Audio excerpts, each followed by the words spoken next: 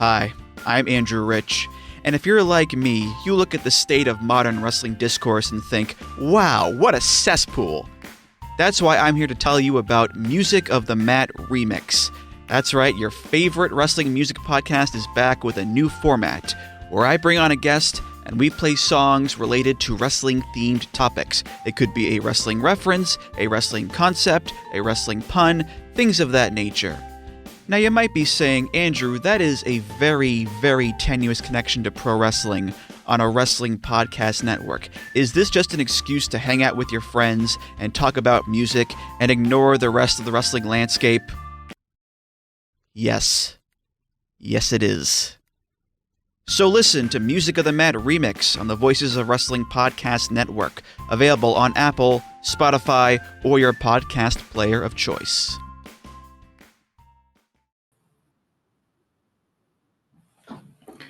Welcome back, everyone, to the Gentleman's Wrestling Podcast. I am your host, as always, Jesse Collings. Here, I'm recording this on a Saturday afternoon, January 25th. I wanted to check in really quick on a major kind of development, I guess, in wrestling media that's kind of taken place over the last 24 to 48 hours. Um,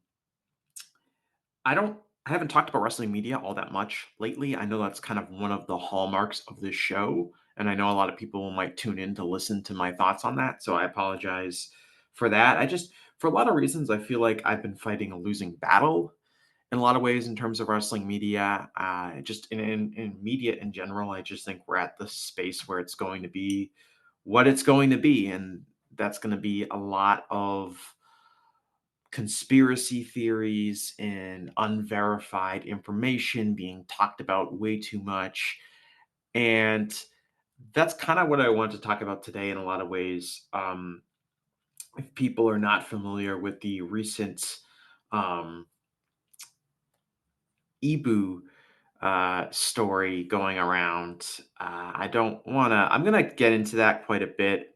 And I want to preface it by saying, I'm not going to talk, I don't mean this to talk like a ton about um, Ibu himself and what specifically he did, but more use it as an example of what has gone wrong with wrestling media and ultimately how problematic it is when in terms of when we discuss wrestling, what do we usually end up talking about and how relevant is what we're talking about to the actual product, because at the end of the day, so much time is spent on talking about backstage rumors and gossip and unverified information, and it all conflates to hurt our overall understanding of the wrestling business.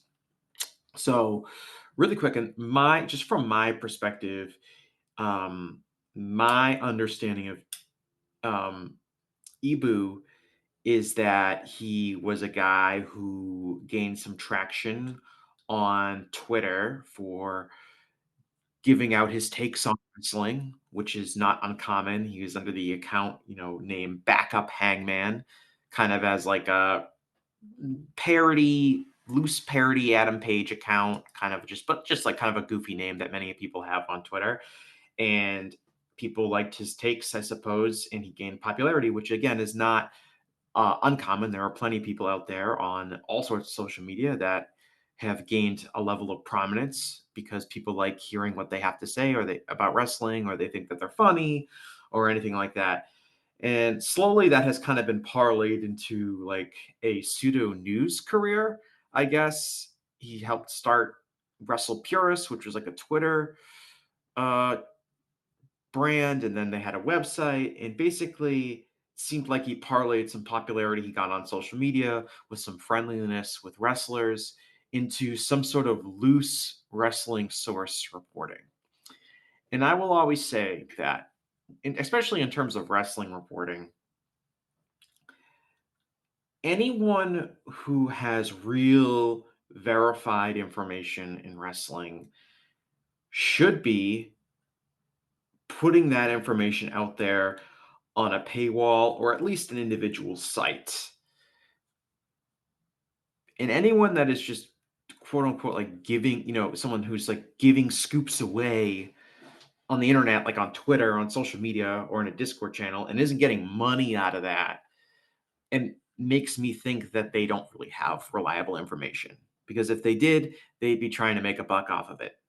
This is capitalism, baby. This who is giving this stuff away for free if they feel really confident in it? Probably nobody. It's a way to make money off of it. And so when you have someone like a Dave Meltzer or a Sean Ross Sapp or a Mike Johnson or people that I think have a really strong track record of getting reliable information out there, what do those guys all have? They have a major website and a Patreon or in Observer's case subscribers or all of that stuff because they're making money because they know that people want this information and they feel comfortable enough sharing that information and feeling like it's verified and accurate enough to charge money for it. And that, in a lot of ways, distinguishes them as reliable news sources as opposed to people that are just using some scuttlebutt to get some likes on Elon's app. So I guess that kind of begins the whole sense of the problem. And again, it's not necessarily a problem directly with Ibu as much as it's a problem with the way the general wrestling fandom online seems to be willing to accept almost any amount of information as accurate, or at least with enough kernels of truth that it warrants widespread discussion. So we end up having these talking points about things that maybe or maybe didn't even happen backstage. And they kind of create so much of the dialogue in terms of wrestling. And again, we're getting this information. It's really hard to justify that it's fully verified when it's just being scuttlebutt that's promoted on Twitter. So that's kind of the start of everything. And then this week, I guess, Ibu has this Discord now where I think you can pay to become a member of this Discord, which is kind of like a paywall, but kind of not. It's not like a Patreon page like Fightful has. It's not like its own separate kind of paywalled website like the Observer has. It's like some sort of go between like I have this juicy gossip. I can't really verify it, but I kind of want to make some money off of it. So if I just put it in a Discord and I can have it kind of under the guise that people are hanging out with me and I'm just kind of shooting the shit, then maybe I can escape some culpability that comes from, putting out random gossip that I can't really verify, or I can twist in certain ways to fit certain narratives. That's how that felt to me. The idea, like we're gonna go this half measure where I could try to make some money off of my gossip, but I don't really want to like charge for my gossip. So I'll plan to put it under the guise of you can be a part of this community if you join my Discord channel and you can get into these rooms. And then maybe you'll get some of the quote unquote news from me as well. So that's my interpretation of it. I'm sure people would dispute that, but that's just kind of where my sensors are in terms of why it was put on this Discord channel. Anyway, turns out he put out a bunch of gossip. Of course, it got out. The idea was that it wasn't supposed to get out. And I keep hearing this refrain like, oh, Ibu's really smart. Ibu has been on the internet for a really long time. He understands how all this works. And I've heard that from many, many different people. But at the same time, like, how could someone that's smart, that's been on the internet for a long time, think that opening something up on a Discord channel and that stuff not being screenshot, that stuff not being leaked, letting the general public in to just see some stuff that they're supposedly not supposed to share anywhere else, that would never ever work in a million years. Like my 63-year-old mother would know not to do that online, and she barely knows how to unlock her phone. So the idea that it was anticipated this would never get out, I'm pretty dubious about that in general. But some information gets out. There was I guess like the major things would be a story regarding rumors and gossip regarding Britt Baker maybe cheated on Adam Cole backstage. That's something that could have happened, right? So let's just toss that out there without really any regard into what that's going to do. There is also information about Sky Blue's personal life backstage that I don't even want to get into, but that was also in there. And then, of course, I think the thing that's getting the most rounds is this idea that Tony Khan, like, was yelling at Ibu about all of these how frustrated he is with all of his wrestlers, and he's mad about CM Punk, and he's mad about all these things and all that kind of stuff like that. So that's the stuff that kind of got leaked out over the past 24 hours or so that kind of a lot of people are talking about. And I think this is all harkens back to just kind of like a level of unprofessionalism across wrestling media. It's not that, like, I don't think Ibu is necessarily like a dastardly figure who's this bad faith actor that's going doing all of these things maliciously. What I think is this is a complete amateur kind of stepping into the shoes of a realm that requires a lot of professionalism, and they don't have that kind of training or that background or that knowledge to do things in a professional way. And so we end up with a lot of unprofessionalism. And the issue is because wrestling media is devoid of a lot of professionalism and a lot of people that understand basic news practices. Um, the result is someone like Ibu that does occasionally pop up with some gossipy information gains a foothold and gains attraction, and people look to that person as a role as a source of information and a source of news, and someone that sets the tone for the dialogue surrounding professional wrestling. And again, as I said in the beginning, ultimately that just muddies up uh, our overall understanding of professional wrestling because so much in time is energy is spent on a bunch of unsourced, unverified, um, gossipy bullshit. And that's the state that wrestling media is in. It's a state where that a lot of media overall is in, but it's especially prevalent in wrestling because of the total lack of reliable news sources outside of a very handful of people. And those handful full of people, like Dave Meltzer and like Sean Brassap, have their own weaknesses um, in terms of citing sources and things like that I've talked about many, many times on this podcast. I want to point out one of the biggest pieces of controversy, which is the idea that Ibu he was on a voice chat, which is again popular like on these social media things. Like you can have the I think it's rooms on Twitter. Like you can have a room where you kind of just it seems like it's just like a live podcast that people can listen to on Twitter. Or a similar kind of thing in Discord, right? You can have a voice chat room in Discord where people just kind of shoot the shit. And that's fine, but Ibu, told this story about how he got all these, was talking to Tony Khan, and Tony Khan was allegedly yelling at him about all this stuff, and he even did like an impersonation about like, oh, the blah blah blah, all these wrestlers they're ungrateful, nobody appreciates me, blah blah blah blah blah, and like I get, and it turns out that Tony doesn't think he was yelling at him. In fact, this was over direct messages. I'm assuming off of Twitter. So what was going on was that Tony was sending these messages supposedly to Ibu. Um, and Ibu was recalling them as like an angry conversation that he had with Tony, and Tony was yelling at him, which would make it seem like at the very least that they were talking over the phone or on Zoom or even in person. But instead, it was just some DMs, which of course anyone that has ever sent a text message or had a conversation through text or email or DM understands that like a lot of emotion and tone and nuance is totally lost in text-based conversation, right? It's not nearly as effective to getting real verified information as opposed to having a real conversation with somebody. Um, and I think that's like a really important example is this particular incident and story, which is like you're going to have this conversation with somebody. And I believe he really had a conversation with Tony Khan. I even believe that Tony Khan probably said a lot of the things that Ibu said he did. But there's a major difference between saying someone was yelling, as in their voice is being raised and yelling at you, as opposed to someone sending some things in text. And just like as an example, this is a quick journalism lesson for anybody. In journalism, if you are getting a quote from somebody and you get that quote via text, that could be they email you an answer, they text you an answer, you get it in like a press release or a media statement. The way you attribute that quote would be that not that person said, but that person stated, because they stated something which implies that they had time and they came up with a decision to say something in very particular choice of words because they were typing it. It wasn't like they just said it off the cuff or had to respond quickly during an in-person interview.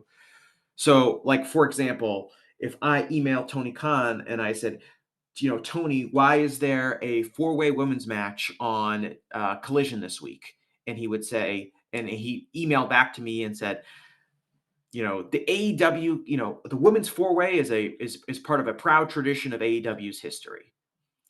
And I would say, if I was then subsequently writing a story, I would say, in quotes, the AEW, the four-way match, women's four-way is a proud tradition in the history of AEW. Quote, comma, Tony Khan stated. So anything that's said to you during text should be said that is stated. That's just like this is something you learn in journalism school. It's like journalism 101. If you talk to somebody in person, or maybe you talk to them over the phone and they say something, then you attribute them as saying that they said, right? If instead of emailing that question to Tony Khan, I talked to Tony Khan over the phone, or I asked him that question at one of the AEW pressers, and he said those words, I would then say, Tony Khan said. So that's like a really basic journalism lesson that maybe like the average public doesn't know, but something you learn like on the first day of journalism school is the difference between attributing something as stated versus attributed something as said. And I only point that out because I think that would kind of highlight the difference between like a basic standard of professionalism and what we're left with a lot of professional wrestling reporting, which is in this instance someone alleging that to us that Tony Khan was yelling at them, when not only was Tony Khan not actually yelling at them, he wasn't even actually talking to them. He was texting with them. That's a major, major distinction, and that distinction should be made if you feel like you are going to be reporting on that information. And when that information is not made, then that is a huge issue. And I think that ultimately is one of the major, major problems with this whole thing. And again, it highlights the lack of professionalism that we're seeing on display. And the fact that there's such a big following for this and people want to talk about it also shows the kind of level of professional unprofessionalism that exists. And I think a lot of the reason it gained traction was also because it fits a really easy narrative to paint about Tony Khan, that Tony Khan is out of control, that Tony Khan is talking to some random media member and he's just screaming at them about how ungrateful his roster is and all this kind of stuff. And that fits a very easily painted narrative that's been constructed around Tony Khan and around AEW since the company was first announced, which is Tony's in over his head. The backstage is a mess. He doesn't know how to lead. He's out of his depth, all this kind of stuff. It fits that narrative perfectly. And maybe all of that is actually true, but you're not going to get that from someone doing an impersonation of Tony Khan yelling at them when realistically he never was even talking to them in the first place. And again, that shows the harm that's being done here, right? We're getting a really inaccurate portrayal of Tony Khan in the media and his relationship with some media members and the kind of attitude that he seems to have backstage. And we're getting that in a very inaccurate way, all because somebody that doesn't know what they're doing is trying to pretend like they know what they're doing. And the result is this complete mess. And Tony is rightfully very upset about this, not only because he was burned when I'm sure he thought this was a private conversation, but also because he was mischaracterized even when his off the record comments were presented to the general public. So that whole thing is just a complete mess. And again, I think it highlights the kind of state that wrestling media is in. The other thing I want to touch on really quick is, and we talked about the Tony Khan thing, but there was also things about Britt Baker and things about Sky Blue. And this is getting into their personal lives. Like there was some slander like out there that, oh, Britt Baker, I think Conan said it on his podcast at one point. Again, Conan's like not like a reliable source of information either. Oh, Britt Baker cheated on Adam Cole or whatever. And I don't want to get into the backstage gossip, but I want to highlight something that I think is really important that everyone understands. And that's that specifically when we're talking about women in wrestling, and when we're talking about women in their personal lives in wrestling and who they're dating and who they're having sex with, everyone should be handling that subject with extreme care. Because unfortunately, as part of our society, women, especially famous, attractive women on social media, are generally treated extremely poorly by the general public. And so if we're going to be out here spreading rumors about what women are doing in their private lives and what if they did something wrong or unjust in their private life, You have to understand that those women are going to get way, way, way more shit from people than if you're saying that about a man. That's just a basic reality. And part of being a journalist is also understanding whether something is relevant enough to report. Personally, I don't really care if Britt Baker was having sex with 100 guys backstage. Doesn't make a difference to me. I don't think that's really news relevant personally. I'm sure that would get a lot of clicks because it's so scandalous. But the reality is it's not really relevant to our understanding of wrestling at all. And I would never report it because it's someone's personal life that has really no relevance to professional wrestling in general or Britt Baker's career or anything like that. It doesn't seem like that's really relevant at all. I mean, people maybe can dispute that, but to me, I wouldn't really consider that newsworthy. But is it gossipy? Yes. Will people give you a lot of attention on social media if you post such a thing? Absolutely, which is probably why it was got posted in the first place. And it comes with the risk that whether it's Britt Baker or Sky Blue or any of these women, unfortunately, are in a position where they're going to get so much shit for this kind of stuff. And they're going to get all sorts of vile, mean, terrible things said about them on social media. And it's something that they have to deal with. And it's something that you have to be um, careful of if you're going to pretend to be a member of the wrestling media and you're going to report on some of this stuff, whether it's true or not. Even if it's totally true and you can totally verify it, you have to think, wow, is this really relevant to what you know, I want to report, what I want my image to be? Do you want to be the National Enquirer? Do you want to be TMZ? Or do you want to have a level of standard and practices for what you're going to be reporting on? You want to be seen as a trusted source of information that reports relevant stuff, as opposed to just useless bullshit that might get you some clicks and might get you some Elon pennies. The Like, it's one thing, like Tony, you can like, okay, like you can fuck over Tony Khan with how you report about him, but Tony Khan is also a billionaire that runs a wrestling company, and there's not going to be as much sympathy for him there if he gets a bunch of shit on social media for that. I still think it's wrong from a journalism practice perspective, but I don't think that. But that's one thing. It's totally different when you're just talking about Sky Blue, who's what, a 23-year-old woman backstage, um, and she had an affair with this person or whatever. Like, that's total bullshit. That doesn't need to be reported to the general public, and we already know that we don't know if that can really be a verified source of information given on what else is in your track record as a reporter. So um like, to do that is, I think, totally uncalled for, totally unprofessional, and it also makes it way more difficult for women to get a foothold in this industry if they feel like anytime they maybe take a step outside of what society would deem to be acceptable behavior for a woman, that they're going to get wrung out and chastised by a bunch of psychos on social media because someone posted a backstage gossipy rumor that probably doesn't even have all the information in hand.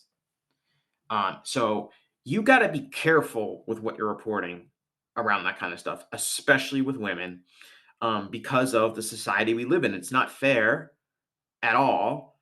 I would love to live in a world where we cared as much about what men were doing and sleeping and who they were sleeping with as we did with women, but we don't. So until we live in a society where that's fair, you have to take those kind of rumors and gossip with an extreme care. And really, I don't really find almost any circumstances whether they're relevant enough to report them or not. So that's another thing that I think we got to look out for here is, and again, it shows a lack of judgment. And I think that's really the kind of key I want to get with all of this is that what does it take to be a good reporter? I've been a news reporter for 10 years. So I like to think I know a little bit about what I'm talking about. I think having sources and having information is only a part of being a good reporter. It's definitely relevant. It's in terms of wrestling reporting, it's almost a necessity, right? You need to have sources, you need to have people telling you things in order for you to be able to publish news. But it's only a small part of everything. I think a huge part of it is having good judgment, right? Having the kind of judgment to know when you're getting all of this information said to you. And everyone knows that wrestlers like to talk and people like to get backstage and people like to push their certain agendas with media members. That's something we talk about all the time. So there's no shortage of necessary information getting out there and getting to you, but it requires really good judgment to understand what information is necessary, what information are my readers interested in or my listeners interested in, and how can I report this in a responsible, factual way. And that requires really good judgment and instincts. And I think what we learned this week, at least from EBU standards, but it's probably true for a lot of different people in wrestling media, they don't have really any good judgment at all. And that's why we're in this mess. And that's ultimately, again, a really big example of why we have these amateurs running around that don't know what they're doing, don't have any experience working in real news. And the result is just a really baffling display of unprofessionalism. And I think a big piece of that comes down to the poor judgment. So it requires proper judgment. Um, and a lot of people just don't have that. Um, I say, like, news, to be a good journalist, you need to have curiosity and persistence, right? You need to be curious. You need to constantly be asking why. You need to constantly be questioning what kind of information you're getting or why you would be getting that information. And you also need to be persistent. You have to go and get different sources. You have to go and talk to other people. And you have to really think about things, about whether or not what you're going to report to the masses is relevant, is factual, has a benefit to your news service, or is it just something we're going to do for just some really quick, cheap attention? And I think a lot of that is lacking. And I think overall, the big issue, um, and the reason we kind of have this situation is because wrestling companies and the wrestling industry as a whole is not media friendly. It exists on backstage rumors and gossip. There's so little formal news reporting in wrestling. It's all almost entirely based on backstage rumors and gossip. And you can double check that, you can triple check that, you can get it where you feel comfortable running with it, which is what the market leaders in wrestling media do. But at the end of the day, the wrestling companies themselves refusing to be transparent, refusing to have a lot of media access, leads to so much of the dominating conversation about their companies being gossip and unverified information, because the wrestling companies do not work directly with the media, and if they do, it's always, under the table. Don't let it get back to us. Don't say that a WWE spokesperson told you this. Don't tell me that Tony Khan told you this directly. It's always, keep this on the DL, but please get this out there. So well, I wouldn't necessarily blame a lot of the talent. I would say the wrestling companies in general have played a major role in this being the current state of wrestling media because of the refusal to be transparent. So even if somebody wanted to come in and be a professional and do a good job, they would find it actually quite difficult because of how untransparent and unwilling a lot of wrestling companies with working with the media. So a lot of this misinformation, at the end of the day, they kind of did it to themselves because it encourages amateurs with gossip rags to get into the business because that's the only information that's out there. So your wrestling fan base that's thirsty for all of this news is relying on these scraps that are getting out there from these people that have no idea what they're doing. And that is ultimately the big issue. So that's just kind of a quick episode on wrestling media. I wanted to kind of talk about that and share my experience and my perspective on things.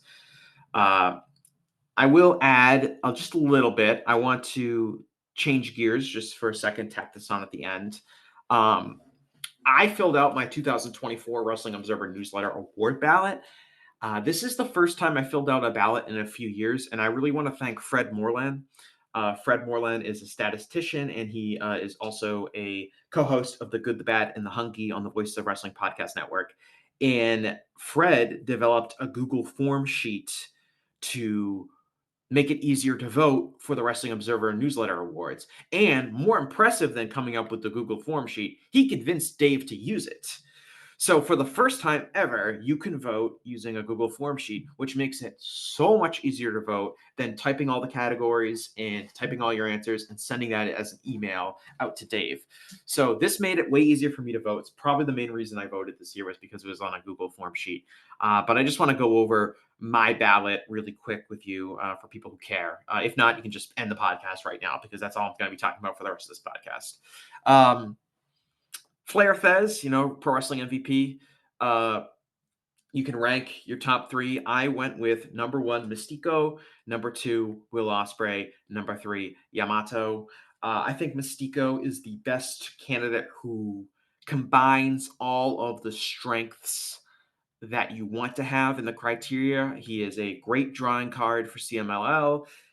He is by far their biggest star, their main event act, and he is also their. I wouldn't say he's the best wrestler in the company. He's probably not.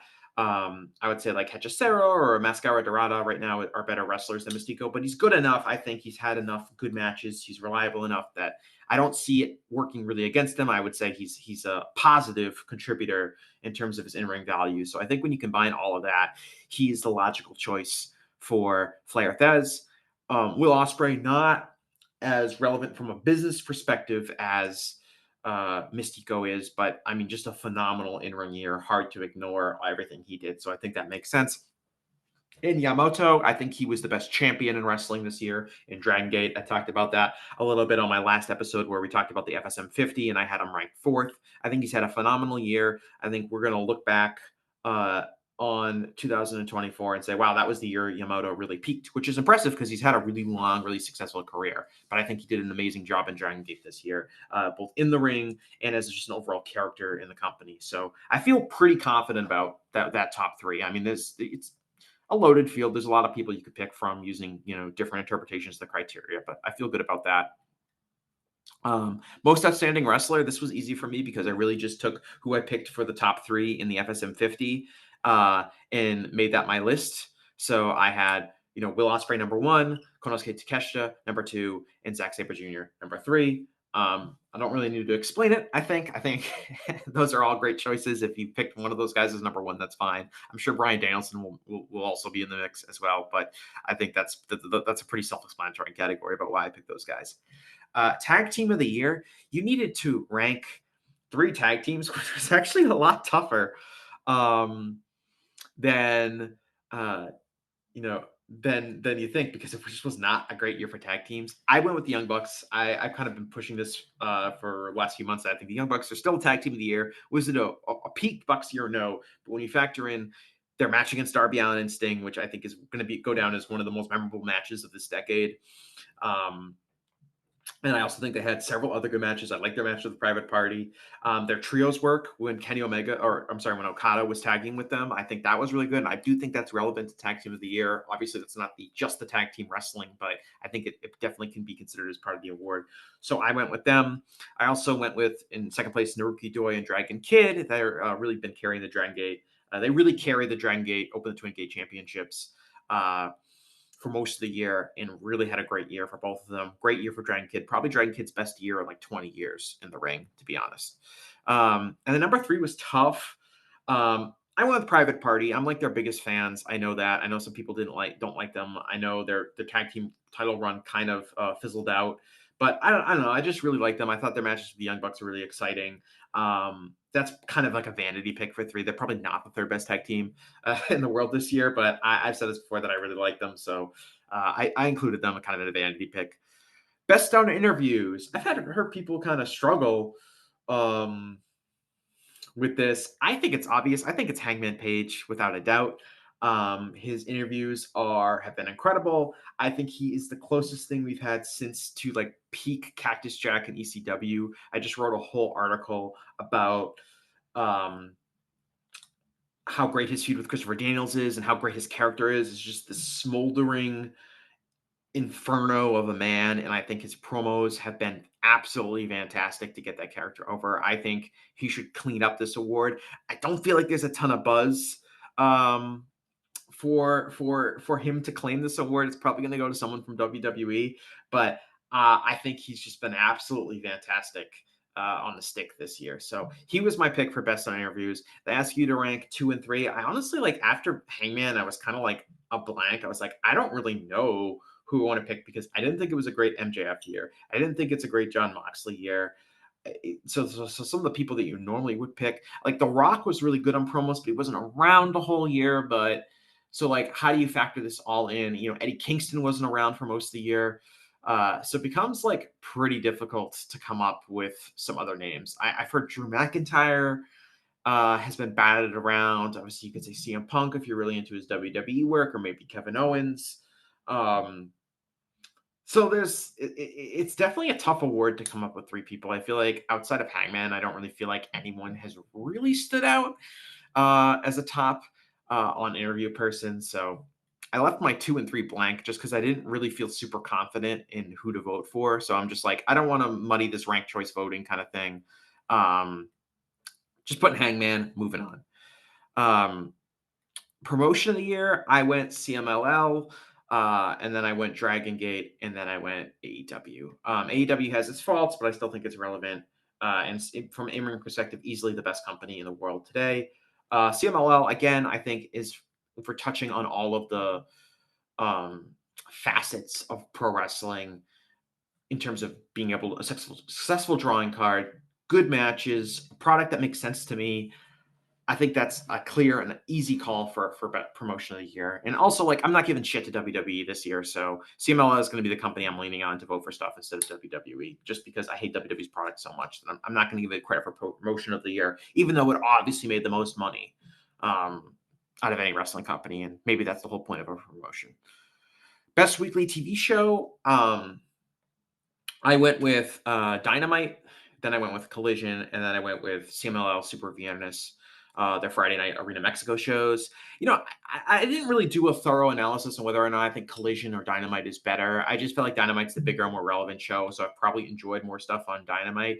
But Collision does have a kind of a different tone. It's a little bit more serious, a little bit more of a wrestling show in a lot of ways. So you can make the case that Collision is actually better than Dynamite, but I feel like they're probably pretty close and even. So I just went 1-2 with them, and then CMLL and Super Viernes. Again, CMLL, really good year from a business perspective, and I always find those shows to be entertaining. I'm not going to sit here and say I watched all 52 of them this year, but I definitely think in terms of like a weekly TV show, it's better than like Impact, it's better than Ring of Honor, it's better than anything WWE is doing for sure. So I think it's a worthy inclusion.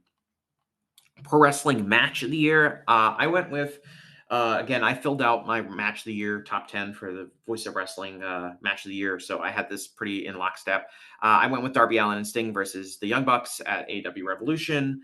As I said last week in my podcast with Gerard, to me that match is full of love and love for professional wrestling and love for Sting, and it just makes you feel good as a pro wrestling fan. It's a great match. It's dramatic. Darby almost died jumping through the glass. There was so much. There was plenty of action, but it was just such a fun, exciting match that was full of love and made you really appreciate professional wrestling and what it can do and what it's meant to people. And I wasn't even a big Sting fan before he showed up in AEW, so it's not like I'm a kid from 1991 that loves Sting. I was pretty Sting neutral, but you can't watch that match and not feel something, and it comes across in the match. So it's a match kind of unlike any other match, really, in the running for this award.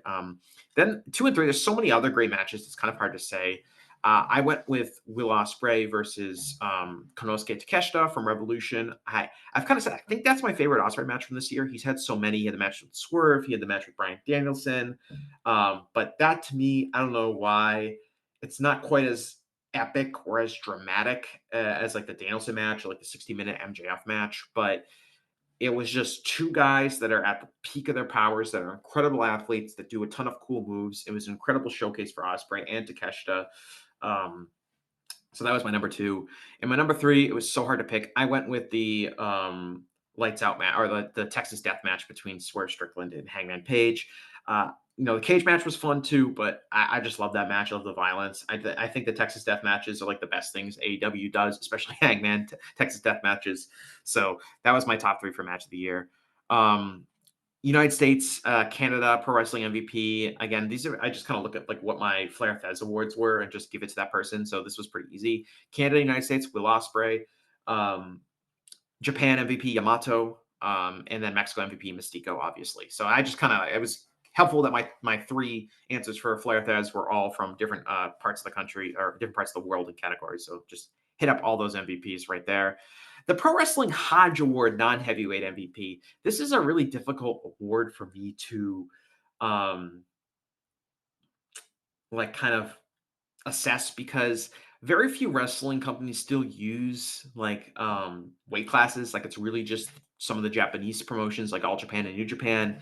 And then Mexico kind of does it, but it's not as serious. And most of the people that would be classified as non-heavyweights are wrestling, for the top titles in Mexico. So to me, it's just hard to say. Like, there's no real definition. Like, it's not like any wrestler listed under 220 pounds, right? That would be kind of like the traditional junior heavyweight award. But then, like, what about like women? Like women wrestlers, like the scale is different for them. Like, I'll just say Chihiro Hashimoto is probably uh, under 220 pounds, but would not be classified as a non-heavyweight. I think her wrestling style is like all power, just suplexes and throwing people around, throwing women that are much smaller than her around. So I don't really understand it. It's different than the best flying wrestler award.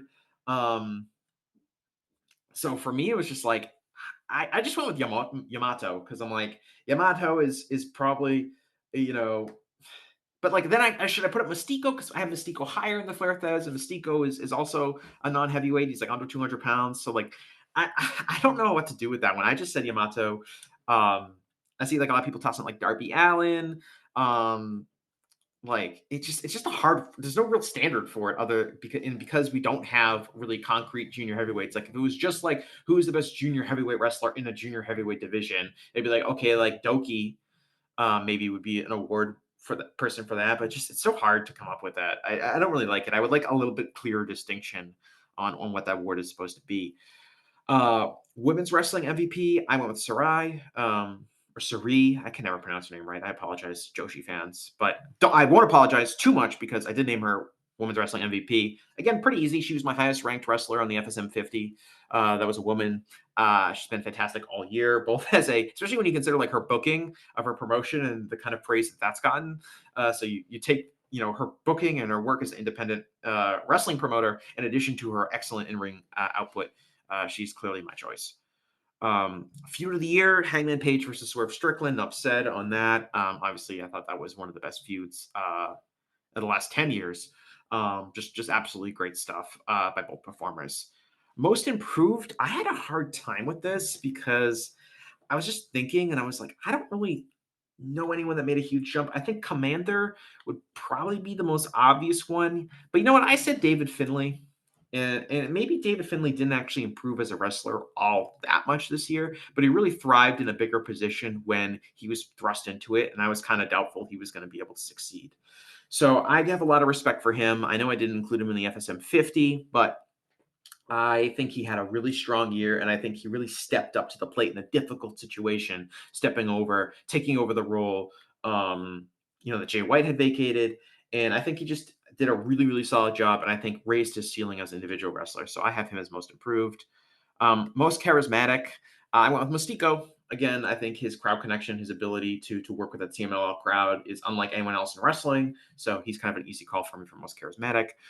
Best technical wrestler award, I went with Zack Sabre Jr. I had him ranked just above Bryan Danielson in my FSM 50. Can't go wrong with, Bryan Danielson or Zack Sabre Jr. or Hedges Sarah, who I think will get a lot of praise as well. But Zach obviously took the technical wrestling style and brought it to a place that we hadn't seen it before, which is really with the IWGP World Heavyweight Championship and really running with that. So credit for him. Most overrated. This one's tough. But I went with Solo Sikoa just in terms of someone that's pushed far beyond their talent ability. Just a complete zero in pretty much all facets of professional wrestling, and even hardcore WWE fans don't even defend him. Thought his match at SummerSlam against Cody was terrible. Just a big zero and nothing in the ring. So he's most overrated. Most underrated. That one was actually tough for me because I didn't want, I was thinking about, there's a lot of WWE wrestlers, like I think Bianca Belair, in terms of someone that has just been totally overlooked from a talent perspective, um, is probably the right person for this award. That's ultimately who I decided to give it to. Um, but it's hard. It's hard to do that because, like in WWE, like the way their booking is, you could kind of give a bunch of people most underrated because a lot of people, very few people are given shine, and there's also a lot of people in AEW you can make that same case for. So it's a really difficult one to come up with. Best non-wrestler or performer. I was ready to give this to Don Callis, but I pivoted at the last second. I said, you know what? It's MVP. And I know MVP just wrestled a match, but I still think he counts for this award. I think he's been absolutely tremendous with this Hurt Syndicate and everything like that. Getting over in AEW, his promos are great. His mannerisms, his I love his just his attitude and his facial reactions when he's doing these interviews and these promos and he's talking about other people. I think he's done a great job. So he's my pick. Best television announcer, Walker Stewart. Absolutely great year. Him doing New Japan Pro Wrestling. I already praised him a few times when I talk about Wrestle Kingdom, but I think he's done a great job and probably not the last one of these awards he's going to win, given I think he's like 22 years old. So great job by Walker Stewart. He's my best television announcer. Worst television announcer. There's so many options for this, especially in WWE. I just went with Pat McAfee. I hate him. I can't stand him. I think he's super annoying. I think he's toxic. I think he sounds like, for some reason, he always sounds like he just got done running to catch a bus when he's talking. Just awful, awful stuff. Best major show, AEW Revolution. That was pretty obvious because I had my top two of my batch of the year votes were for AEW Revolution. It's really hard. The rest of the show would have to be so bad for that not to be considered the best major show when you see the two best matches the entire year on the same show. And the rest of the show was good. You had like Bryan Danielson versus Eddie Kingston on that show as well. But you have the Sting retirement match. You have the Ospreay Takeshita match. Easy call for best major show. Worst major show, a lot of options. I went with WWE SummerSlam, which is a show I actually watched. Really bad crowd, really bad matches. Main event was terrible. Main event was totally built around just Roman Reigns showing up at the end, which everyone thought he was going to do. Awful stuff. Huge pass. You had the CM Punk Drew McIntyre bracelet match, which was awful. Just absolutely hated that stuff. Best wrestling maneuver. This one's really hard because it's kind of cool to go back and look at these awards. Like, oh, what was the best wrestling maneuver? And like, oh yeah, that was when Liger's shooting star press was over. Or like, oh, Rey Mysterio winning in 1995 for the West Coast Pop. That was such an innovative move at the time, and it's recognized in these awards. But it's really hard in real time for me to kind of come up with one. I just thought, what is a signature or finisher that I see that I just always love watching and kind of blows my mind? What's like the coolest move? And I went with Commandeer's um springboard reverse hurricanrana. That's kind of hurricanrana where he jumps off the springboard like kind of backwards, so he lands and like on the shoulders in like a victory roll position and then does the reverse rana. I just think that's so cool, and the way he does it and the way he pulls it off is so awesome. So I think that's a fitting logic to vote for when it comes to best wrestling maneuver. Most disgusting promotional tactic. What a year for most disgusting promotional tactic. We say this every year, but seriously, what a year for it. I had to go with WWE using elements of the Janelle Grant lawsuit in the Liv Morgan and Dominic Mysterio feud, especially with Dom showing the pictures of supposed nude photos Liv Morgan sent to him, and he's showing them backstage to all the members of his little gang there. And that was really seemed to be ripped straight out of the Janelle Grant lawsuit with what Vince was doing with photos of Janelle Grant to WWE production crew. So that's what I went with there. But you could say a lot of different things about WWE, sadly. Worst television show, WWE NXT. Absolutely worst show. One of the worst shows in wrestling history that's been on television on a weekly basis. Offensive to anyone that likes pro wrestling. Worst match of the year. This was tough because there have been some really bad matches. I went with the Kota Ibushi match from the start of the year, Noah, where Kota Ibushi allegedly wrestled with 2 broken ankles. It's just a really sad match. There's a lot I can do. I think a lot of people will talk about the bracelet match between CM Punk and Drew McIntyre, or the main event of SummerSlam. There's all sorts of matches that kind of fell apart. But that one, the sad Kota Ibushi match, it's kind of hard to beat that one. Worst feud of the year. Again, this one's kind of tough with like, when is this feud going to end? I just went with the Liv Morgan versus Dominic Mysterio angle just because of the whole Janelle Grant thing. I think that's a really lock up for worst feud of the year. Worst promotion, WWE obviously is terrible. And they offend me as a professional wrestling fan, so they're an easy check for worst promotion. Best booker, I went with Panico, Juan Mandel Mar, who does CMLL. Again, don't really need to justify that. because I've already covered why I think CMLL has been so successful and deserves these awards from business and in-ring perspective. Great job this year from CMLL. Best gimmick. It's hard for me to do best gimmick. I just went with Hangman Page. Is he really a gimmick? Like he's not a gimmick. Like Orange Cassidy, that's a gimmick. The guy who wrestled on Level Up that had like the homeowners association gimmick where he came out with like the white picket fence and things like that. That's a gimmick. Hangman Page being furious, is that really a gimmick? Probably not, but he's my most interesting character, so I went with him. Worst gimmick, gosh, there's so many of them, but you know what? I went with the Death Riders because I hate them. And maybe that's probably not the worst gimmick. Like Wendy Chu is probably a worse gimmick than like the Death Riders, but there's so much wrong with the Death Riders. We're going to get into that in a future episode of the show, but just not a huge fan of the Death Riders. But that's it. Those are my awards. So it's a little bit of talk about wrestling media and then a little bit of my awards. So hopefully people enjoyed this kind of shorter episode. And I'll talk to you again after a while. Thanks.